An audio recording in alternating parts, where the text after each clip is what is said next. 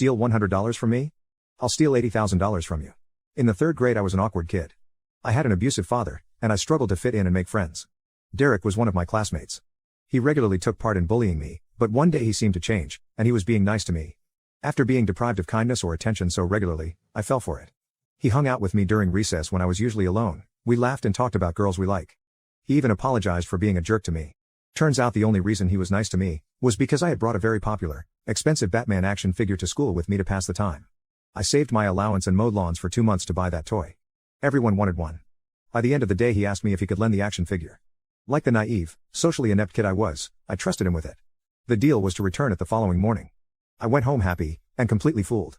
I didn't suspect a thing. The following day he completely ignored me. When I tried to talk to him he acted like I was crazy. When I asked him to return the action figure he simply said, "You never gave me that toy, maybe you imagined it," and when I persisted he threatened to beat me up. When I complained to my teacher I was told that it was my own fault for bringing toys to school.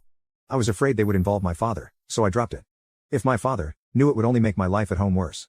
The next day, I thought my life was over. Derek had told all the girls that I had a crush on them, and said that I wanted to do weird things to them. I was a social outcast before that, but at least I was tolerated. After his smear campaign with the girls, I was a monster. Nobody would look me in the eyes, not even the teachers. Kids started throwing stones at me, vandalized my property, and I couldn't do anything about it. I was just a weak-willed kid after all. I had nobody to run to. After a while the bullying died down, and I focused on my studies. I actually started getting good grades. Derek tried talking to me again, but I ignored him completely. Sometimes he would repeat, "Why are you being such a baby? You didn't give me anything, you imagined it."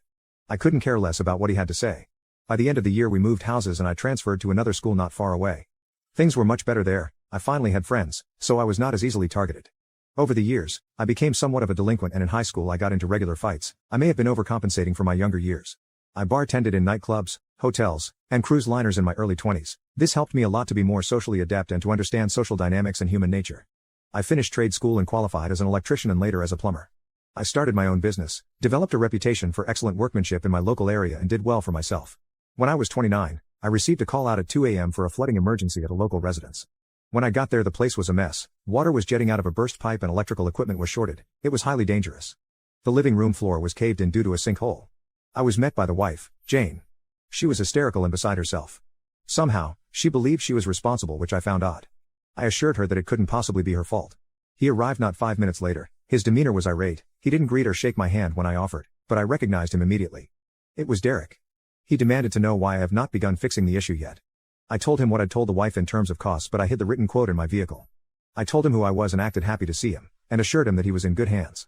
After a while of arguing with his wife he seemed to calm down and joked around with me. I knew I had fooled him. We talked about our careers, kids, school days, and I gave him tips and fake recommendations. We got along great. His trust was easy to gain. He must have thought of me as a complete sucker. I assured him that he was in good hands and this would be fixed in no time.